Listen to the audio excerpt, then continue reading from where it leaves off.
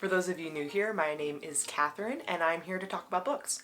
First of all, I just want to say to everyone who has recently subscribed, thank you so much. Welcome. Welcome to my little Mikasa. Welcome. I'm so excited to have you. Thank you so much for clicking the subscribe button, coming with me on this journey. I really do appreciate it. It means a lot. And I'm excited. It's new people to talk about books. What's not to love? What's not to love? We're not going to talk about my hair today. Okay? We're not going to talk about it. Need to shower, need to wash my hair, and if you have bangs, you know, like when they get to that certain texture, like that certain like feel to them, I'm like, they just need to be away from my head. You're done. But it doesn't matter because I'm here to talk about books and I'm not here to talk about hair or fashion. This is my March wrap-up. These are all the books that I read in March. I read some really good books. Like, every month I think I outdo myself with how many great books that I read. It just gets better and better. There was one I'd say that was more like, and we'll get to that. But for the whole, this was just such a great month. I read 5 books, woohoo! If you're getting to know me, I am not a slow reader, but I've got other stuff going on, so I'm not someone that just prioritizes only reading. I wish I could, but I also love watching movies, I go out, I am doing other things, so 5 books for me is actually pretty substantial. I read 5 books, they were great, and so I'm just gonna go through each one and talk about them, my feelings, my thoughts, and let me know below how you feel. If you feel similarly, if you disagree. If you disagree, I'm very curious because some of these are ones that people are not super big fans of, so we'll see. Let's go. Let's go. The first one is Herland, the Yellow Wallpaper, and Selected Writings.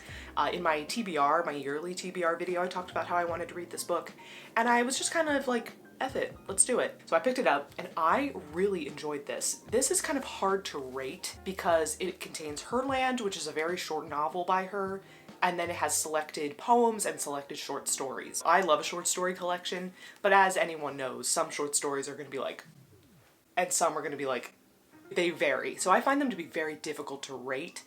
However, on the whole, I quite liked all of these stories.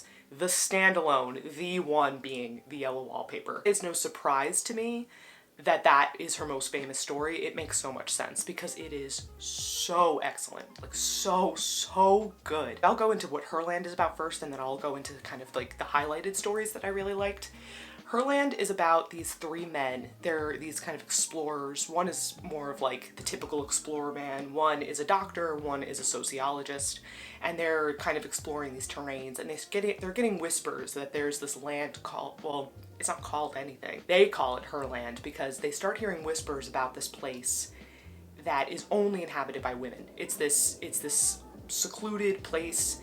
Only women are there. And of course, these 3 men are intrigued by it. Especially the very chauvinist explorer man is like, oh, it's just a place with women. And the other 2 are like, yeah, but we're more interested in it empirically. And the sociologist is like, let me go see this. So they do get in, and the women treat them almost like these little like pets, these little experiments. They like keep them very well fed, very well clothed, and they're just trying to suss out like, oh, men, like what is your life like? What is your civilization like? And they're keeping them almost as not test subjects and that they're probing them or anything, but just like, they're just curious about them. And the men are slowly figuring out that this Herland is basically a utopia. There is no famine, there is no war, there's no ownership. It's basically just a socialist utopia. And the men, each of them have their own relationship to this. The sociologist is like, I'm curious. He's the kind of the main character, and so we're really seeing things through his eyes, and so he's seeing it like, this is very interesting, I'm gonna keep learning. The doctor is very like, this place is the best. Not necessarily because it's filled with women, and I'm like, just this place is amazing. And the chauvinist is very like, this doesn't make any sense. There has to be men somewhere. Women can't do all of this. It doesn't make any sense. The other 2 are like, no, this is just how it is. So that guy really struggles with living there. They wind up staying for a long time and they wind up really seeing how this civilization works. And I'd say this is less about like, the characters feel a little bit stock character-ish, but it's really only because she's using it as a vehicle to show how a perfect society could run. Interesting, it doesn't involve men. Charlotte Perkins Gilman herself was a socialist, so this was a main vehicle for her to be like, socialism. And that comes with all its good things and also some things where you're like, Socialists at the time were big into eugenics, which is something we do not purport or we do not put forward at all these days, but it was a big thing then. And there's some like slight hints to like maybe nicer eugenics in this.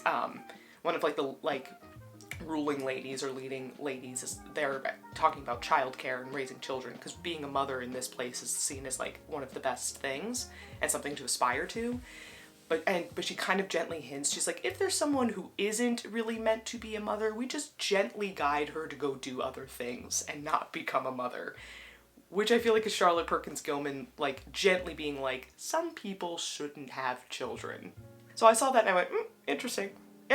But besides that, the rest of it, I was like, I'm down for this. Like, the children are all raised by the whole community. There's no ownership.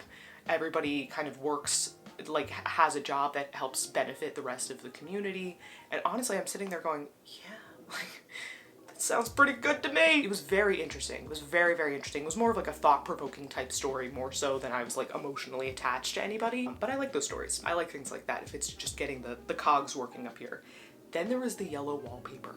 The yellow wallpaper was so good. It's the kind of thing where I was like, Herland was definitely 4 stars. The rest of the stories were like 3.5, 4 stars, but the yellow wallpaper is 5 glowing stars. So good. If you don't know the story of the yellow wallpaper, it's basically about this woman. She's just given birth and she's exhibiting what we would now see as postpartum depression, but that diagnosis or the understanding of women's symptoms after giving birth was not known then. So she was just labeled as like, she's a little off a rocker, she's a little crazy. And her husband in the story is a doctor. They go to this house for the summer and he prescribes her rest therapy or rest treatment, which was a prevailing theory at the time that if women were exhibiting crazy symptoms, then they should just do nothing.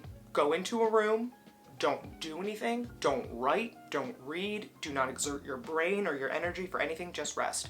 And some doctors were like, you do this then for the rest of your life. Okay. So this woman starts secretly keeping a journal because she's starting to be like, I have to do something. My husband's made me stay in this room all day and I need something, so I'm secretly keeping this journal. And as she's in there, there's yellow wallpaper all in this room, the bed is nailed to the floor. She doesn't have much else in the room, but she starts to see in the patterns of the yellow wallpaper, she thinks she sees a woman. And she believes it's her mission to watch this woman, to take care of this woman, to get this woman, free her from the yellow wallpaper. And it gets heavy, like it gets dark and heavy. And I like some of the passages in here are ones that I will never forget. I have watched her sometimes away off in the open country, creeping as fast as a cloud shadow in a high wind. Creeping in this case meaning crawling. So she's seeing this woman, like, she thinks she gets out of the wallpaper during the day and is like crawling around. Oh, look, I love horror. I'm an avid fan of horror movies and horror novels. And I've read things that have scared the wits out of me. And then I've read horror things where I'm like, that's not that scary. This was like, no, I actually got really creeped out. Like I got kind of scared and creeped out because I read this and then I went to bed and I was kind of like, oh. Turned to my partner and was like, you would never lock me in a room.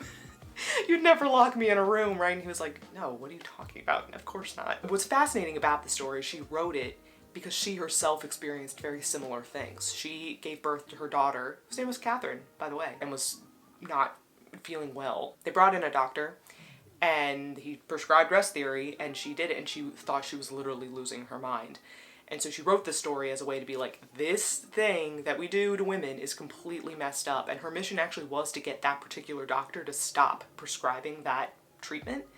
And years later, he actually admitted, he's like, I did read the story and I did realize like how bad it was and I've since stopped prescribing that. And she has like been on record saying like, if I did nothing else, if my life means nothing else, I at least did that.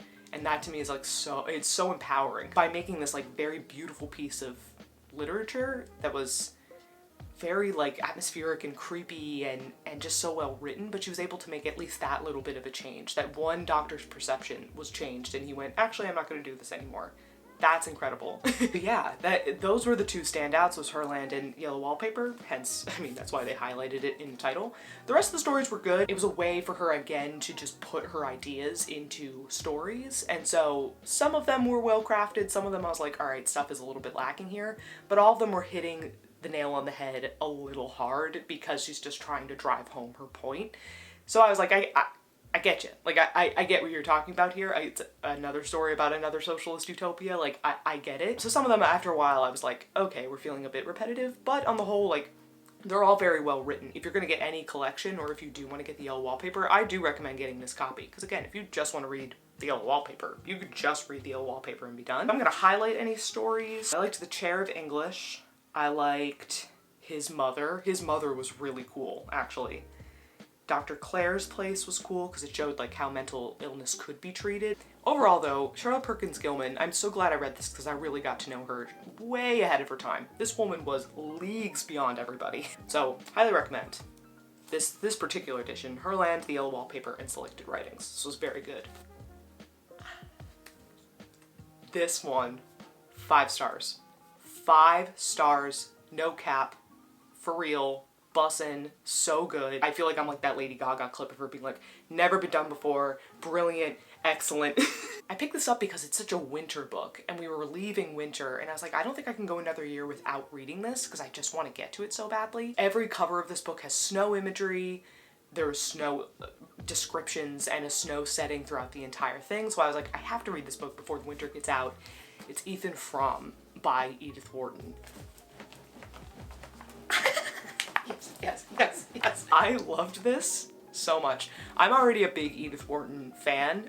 This is known throughout the land that I'm an Edith Wharton fan. I guess I loved to liked Age of Innocence. It was very good, but I loved Custom of the Country. Loved that book. I read it in 2022. Oh my god. Just so good. I had always wanted to read this. This was always on my list. I knew it was a short read. I was like, I could pick this up at any time. And I was finally like, I'm gonna do it. First of all, I got this very cool Penguin Classics Deluxe Edition copy, thrifted. I got it for $1 and it is in perfect condition. It has these cool like comic flaps that show scenes from the book. The basic premise of this, Ethan Frome lives in basically the Berkshires, rural area of Massachusetts. He owns a sawmill that he's taken over from his family. And he doesn't really want to take over the sawmill. He's like not super into it, but he's the only one to take it over once his parents pass, so he's kind of bound by duty to keep this running. And he's married to this woman named Xena, who is she ill? She's very sickly. I think it's a little bit more of hypochondria more than anything. But she's very sickly and she's very, you can tell she's just very unhappy and she relies a lot on Ethan. And so he's been going through his marriage and he's just feeling very like blasé and he's just wondering like what life is. And then his wife's cousin, Maddie, comes to live with them and work with them. So she's basically helping out around the house, helping Xena. She's just like an extra set of hands. Because this cousin Maddie doesn't really have anywhere to go. Her parents have passed and she's a woman at the turn of the century, so she doesn't have many prospects and means. So Xena kind of takes pity on her and takes her in. But she's very young, she's very vibrant, she's very outgoing. She has just a much brighter outlook on life, and so Ethan falls in love with her. And then it's about their relationship and how everything from that transpires. Oh. Edith Wharton, man, she lived for the drama. She liked the little gossip. She loved some drama. She's able to do it so well. The stakes felt so incredibly high, and it was imbued in these moments that just seemed very small, like using a pickle dish. You wouldn't think that had me going like, but I was going because she was able to just somehow in such a short amount of time ramp the stakes up for a scene so quiet that it was so well done. These characters were rendered in such a way that I really felt for them. In such a short period of time, I really felt for Maddie, I really felt for Ethan, I felt other things for Xena. It's on site, Xena, okay? But she was able to master that so well that I was able to get on their side so quickly. And really, to me, this just showed like no good deed goes unpunished. Like the people who do really stick to their morals and stick to what they have to do if they're bound by duty and they are good people, they're gonna get punished. Just a direct foil to the Custom of the Country. In Custom of the Country, you have Undy, who has no morals. She's straight up almost a sociopath. She's very narcissistic. She's really only thinking for herself and she's out for herself. And at the end, you can argue in that you're like, she's not happy. but she's never been happy. Like, throughout the whole book, she's never happy. But she winds up with the person she's probably best compatible with, and she's incredibly wealthy. Like, she winds up on top in that way. The foil to that is this book, where it's people who want to do the right thing and want to do the right thing by the people in their lives, that they wind up almost like completely destitute and broke. Like by the end, the characters in this basically have like pennies left to pinch, and they've nothing left. But it's because there were choices he could have made that a more unscrupulous person would have followed through with maybe, and he may have been able to achieve some modicum of happiness or maybe some modicum of wealth. But it's just deprived for him. Like, he is not gonna get it because he has a conscience. And, spoiler alert, this is a big spoiler, so I would move past, and maybe I'll put a little timestamp where you should move to get out of the spoiler. They decide, so he realizes the whole book, he's like, does she feel for me the same way? Maybe I'm just making this up in my head, blah, blah, blah. But it is then confirmed that he's like, no, I'm in love with you too. There's something so beautiful in that. He was like, I would be in bed with Xena and like every night would like see your light in your room underneath the door, and I would think of you. And later she was like, when I would be in my room, I would like wait to hear you come up the stairs. That kind of like 19th century, like early 20th century rural longing that is just, it's just so good. It's like so delicious because it's so pulled back and restrained. So they confirm their feelings for each other, and in kind of like a fit of desperation, this sledding has been alluded to so many times throughout this book, and this giant oak tree at the bottom of this hill is alluded to many times as being this like dangerous point in a sledding spot that people can get hurt at if they don't know how to maneuver the sled quickly. So in kind of a fit of desperation, Ethan is driving her to the train because Xena's sending her packing, and she's like, let's sled. Like, I feel like being spontaneous. Let's just sled. And he was like, okay. So Ethan and her sled, they maneuver around the tree. But when they finish, she basically proposes, like, why don't we kill ourselves by running into this tree? Creative.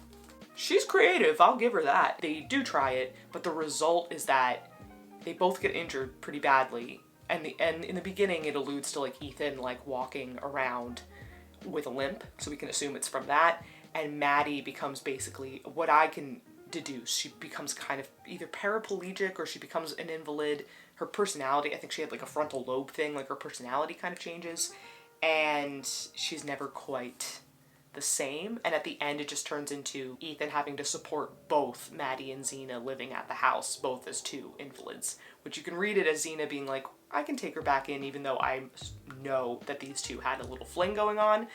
But I think it was also her just being like, now you have to take care of her too. Like, now you have us both to take care of. And it was her being a little bit vindictive. It was just so well done. Like, Edith Wharton is just such a great writer that all through this I was just, like, my heart hurt, and also it was just so tense and so, like, just constructed so well. So I really loved this. I might read this again next winter when it actually snows. It didn't really snow this winter at all, so I didn't even get to have that, but I'm so glad I read this. I'm so, so, so glad. I know people don't love this one. Some people are like, that one is depressing as hell, and it was dumb, and I didn't like it. And I'm like, that's fine. Like, totally, totally valid, but I loved it. So, Edith Wharton, Ethan Frome. More Edith Wharton, please. All the Edith Wharton for me. Next is a book that I read for my book club, so the Women and Children's First book club I'm a part of. I did not know what I was expecting going into this, but then I was like, and it's The Hearing Trumpet by Lenora Carrington.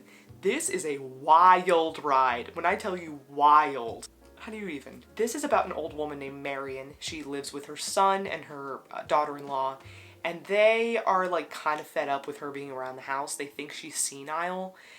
She's not. Like, you can tell she's not, but they are kind of like done taking care of her. So they ship her off to this old folks home. Has maybe about like 6 or 7 old ladies living there. It's run by this like new age Christian cult. And you read it and you're like, I think these guys are actually just kind of full of crap and they're just looking for money. But they extol these Christian virtues and they make these women do these crazy exercises and these chantings and whatnot. While she's there, she's uncovering like plots for murder. She's uncovering there's some sort of like mystical magical creature living in a tower, and she's figuring out what that is. And it turns into like there's a second ice age that comes, and it's her navigating that.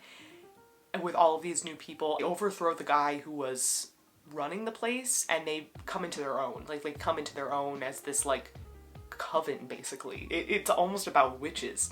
But it's about older women finding their agency. It's about, yeah, like, that's what I found to be the main crux. It's just about, like, older women taking back their power and, like, having power for themselves.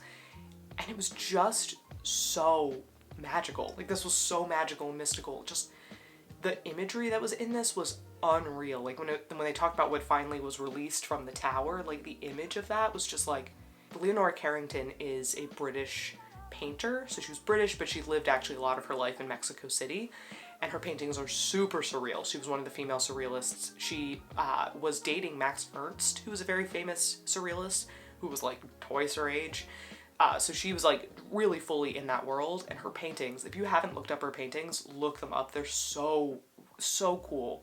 Very surreal, very like whatever's living in the back of your mind when you're having a dream. Like, everything feels a little like, and when I was reading this, I was almost, because I like looked at so many images and I have seen her paintings in real life, that I was like seeing this whole book and all of the people in it as like people in those paintings. So the whole thing was colored with this very surreal, almost animated look to it. Honestly, if this were ever adapted into anything, I would want it to be claymation. Like, this has to be claymation. If it ever gets adapted, it would be so cool. When she gets to the old folks' home, they all live in these little huts that are these fun shapes. There's one that looks like a boot. There's one that looks like a mushroom toadstool. There's one that looks like a cake. Like, and so you're just imagining this like crazy landscape that this woman is occupying, and she's just kind of like, okay. It was really fun, really lighthearted. At times it felt like she was just throwing things at the wall to see what would stick, but I was totally down for that. Like, this felt very experimental,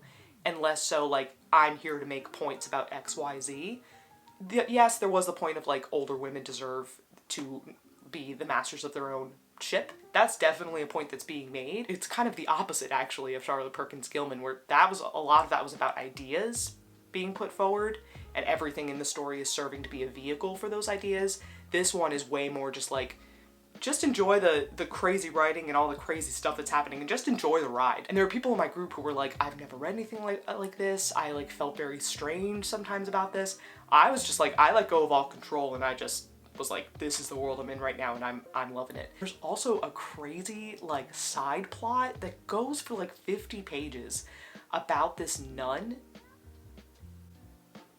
I'm starting to love any stories that take place in a monastery, that take place in a convent, that take place like in a sequestered, like, set group of religious people. I'm just starting to love those stories. I read The Monk last year and was obsessed with it. I'm really interested in reading The Name of the Rose, the Nun by Diderot. So then that there was a whole like second plot, a story within a story about this nun, I was like, yes, because she was basically like, she was almost pagan, but she was masquerading as a nun. She was basically trying to like invoke Venus, the goddess Venus, but under the guise of being this saintly nun. And it was like, and there's the Fountain of Youth was involved. Like, it just like all this stuff was playing into, and it just gave an extra mythical layer to this entire story. There were people in my group who were like, I was kind of over the Donna, what was her name? Yeah, Donna Rosalinda. There were people who were like, I'm kind of over Donna Rosalinda. I don't want to keep going with this. I was like, look, that tangent did go on for a while, but I actually really enjoyed it. It just gave a broader scope to this whole world. So this was so cool. This was so cool. Highly recommend. It's not one that I think anybody ever talks about, but if you're just looking for like a really, like, you're not looking for something too deep, if you've read something that's really heady and deep, just read this one, and it's just like this kind of fun, surreal, magical romp. If you're willing to just go along for that kind of weird ride, then go for it. I gave this 4 stars. Great read. Next was one I just randomly picked up, not to bolster my reading goal, not at all, but also, no, I was really interested in reading this because I read his novel last year. This is his poetry collection, Night Sky with Exit Wounds by Ocean Vuong. I read On Earth We're Briefly Gorgeous last year and really liked that, so I found this in a little free library. clutch, and was happy to just pick it up and start reading. I'm not someone that reads poetry that often. I remember having to read poetry in high school and being like, ugh. Because in high school they make you analyze the poem and you have to come up with what the heck it means. And I didn't necessarily have the liberty or the time to let it just wash over me, because that's really what I just like about poetry. But now that I'm an adult and I'm not in classes anymore, I can just read these and go, yes. Am I smart enough to really pinpoint what all of this is about? Probably not. But the nice thing about poetry is really it is about the language. So I could really just like sink my teeth into that element of it and be like, then that's all it needs to be for me. And that's how I felt about these, because I was reading these and I'm like, Ocean Vuong, you are 10 times smarter than I am. There's definitely layers to this, and I'm just not smart enough to mine it. I'm really just here because the language you have is so beautiful. And I really do appreciate him, because I read On Earth We're Briefly Gorgeous and it was a very poetic novel. It's technically a novel, but it was very poetic. To the point I was a little bit like, ooh, it might be too poetic. Like, it was a lot to read for like 200, almost 300 pages. Whereas this, I'm like, no, I kind of like him better as a poet. Like, just having these like short snippets and like be reading his actual like poetry.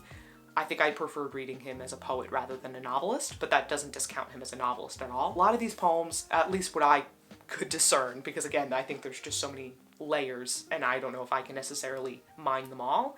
But what I got a lot from these poems is that they were very, very vulnerable. It was like him coming to terms with things in his family and things with himself and his relationship with other men. A lot of this I found to be about his relationship with his family. There's a lot of poems that were referencing his father and his relationship, or his lack of relationship with his father.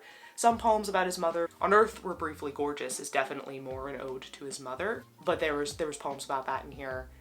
And these poems just felt very vulnerable, but not weak. That's a big distinction I will make. They felt vulnerable and it felt like he was really bearing his soul, but I didn't think they were coming from a place of weakness. It was a place of him trying to discover more about himself, to grow more, to discover things about his past, about his heritage, about his Vietnamese heritage. I just think these were just incredibly profound.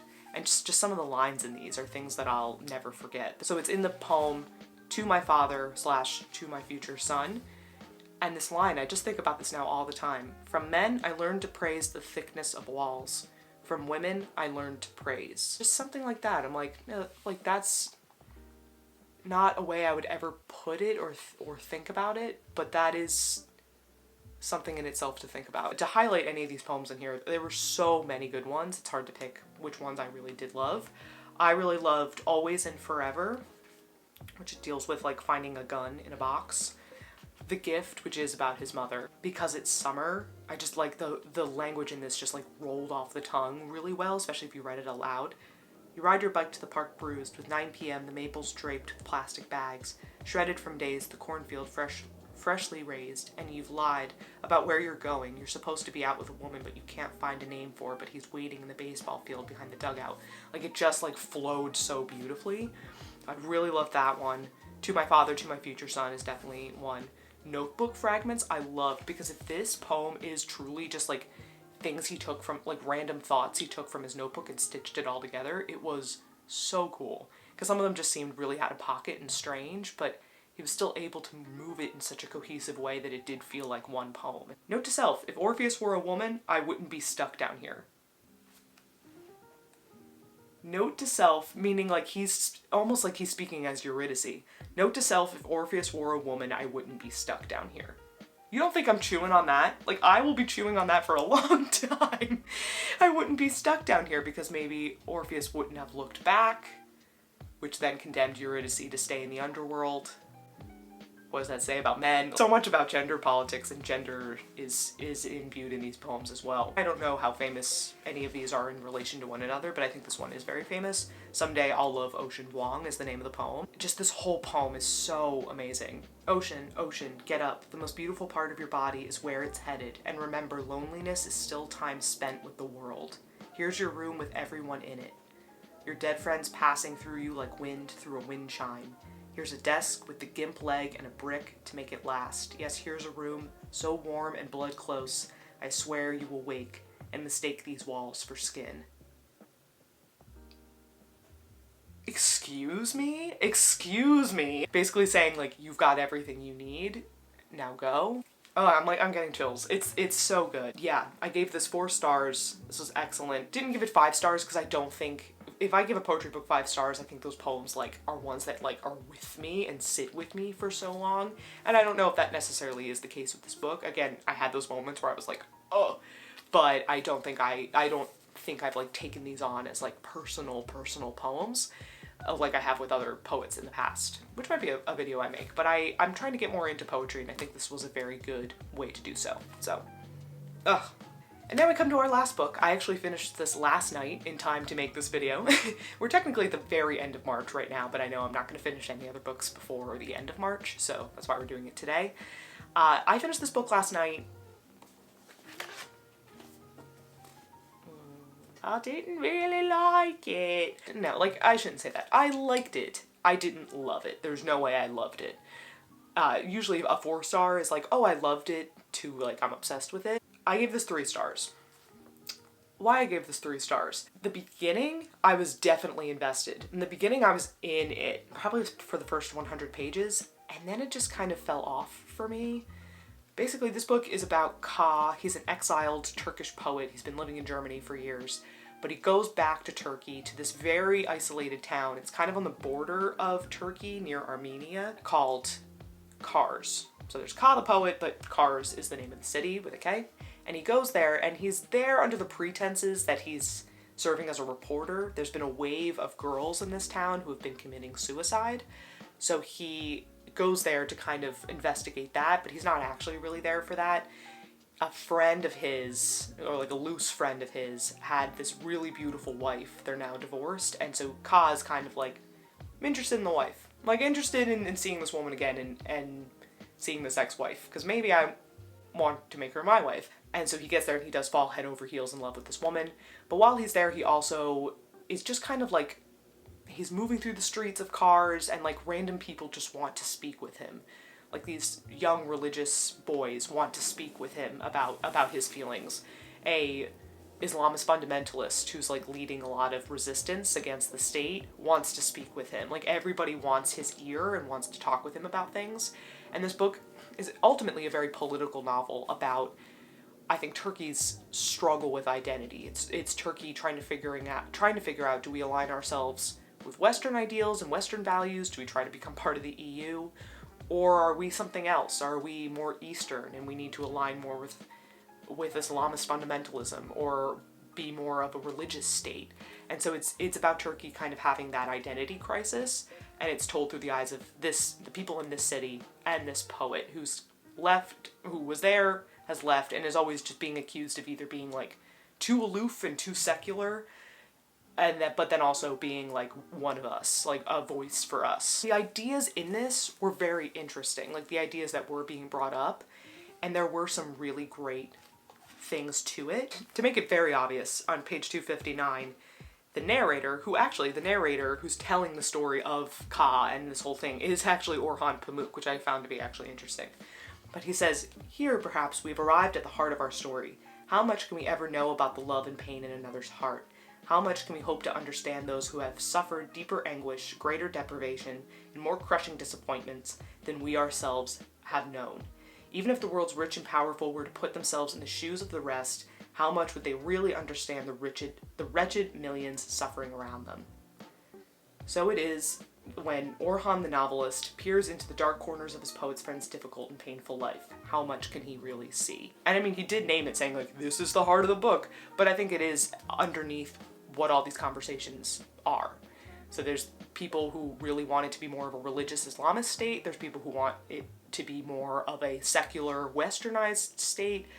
But underneath, it's talking about there's people who just aren't understanding other people, like who aren't seeing that we are all human underneath and we're all coming out of things suffering. I read that and I went, oh, okay, so that's really like the emotional heart and the emotional basis of the book.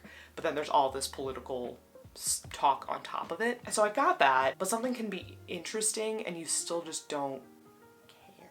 Couldn't care. Like after 100 pages of this, I was ready for it to wrap up, and it's a 420 page book. 420 blaze it. We were in it for a really long time. Characters I just didn't care about. I just didn't care. Ka, the poet, I thought was whiny and kind of annoying, and I didn't want to keep following him. His treatment of Ipek, who is the woman that he goes back to the city for, she was an interesting character. She was a little flat, and just the way he talked about her was just weird. Like, I did not like his treatment of her. His obsession with her was a bit objectifying, really. Which, again, is Orhan making a point. I get it, but I still just, like, it didn't jive with me. The sex scenes in this, I was like, especially that first one that they have, I was just like, I don't know. Her sister Kadife was a lot more interesting because she was aligning more with the Islamist side. So she was covering her head. There was a whole debate about should women be covering their heads or not. And she was very much like what they called the leader of the headscarf girls because she was very much aligning with that. She was also in a relationship with the guy who was kind of like the rogue Islamist rebel. So she was very interesting because she was very intelligent and she was like putting her ideas out on the forefront. So that female character was interesting. But Ipek, I was like, girl, come on. Like, what are you doing here? And overall, I just didn't care. The characters were not compelling enough. I don't necessarily need a book to have characters that I love. Like, I don't have to see myself in characters. I don't need to love characters. I don't need to agree with characters. That's never been my thing, especially with Charlotte Perkins Gilman. A lot of them were so stock that I didn't, like, love them. That's totally fine.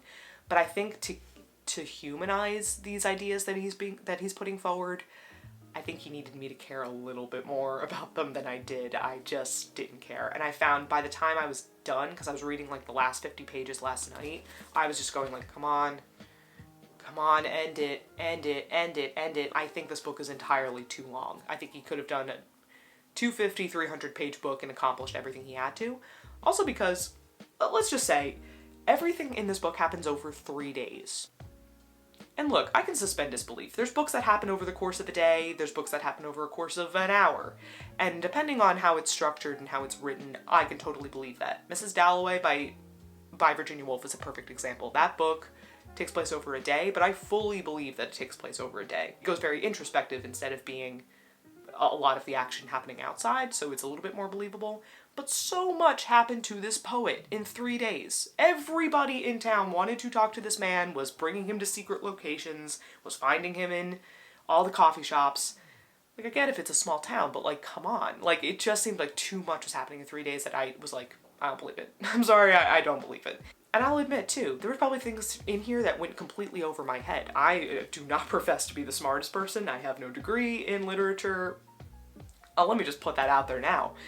I think also I don't know nearly as much about Turkey's history. I know very well about the Ottoman Empire. We spent a lot of time on the Ottoman Empire in high school, but past the Ottoman Empire, when that dissolves after World War I really don't know that much about Turkish history.